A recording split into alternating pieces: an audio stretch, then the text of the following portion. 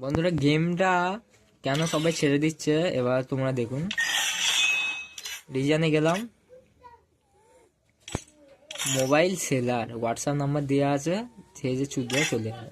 দেখো mobile seller বসে আছে রিজনে 8 নম্বরে, প্যানেল সেলার 9 নম্বরে,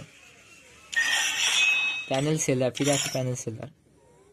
মানে গেমটা আর গেম নেই, হ্যাকার হয়ে গেছে। যার কাছে অত ভালো হ্যাক সে ততই ভালো গেমের আছে। সব দেখো সব প্যানেল সেলার, মানে গেমের আর কিছু রাখলো না এরা।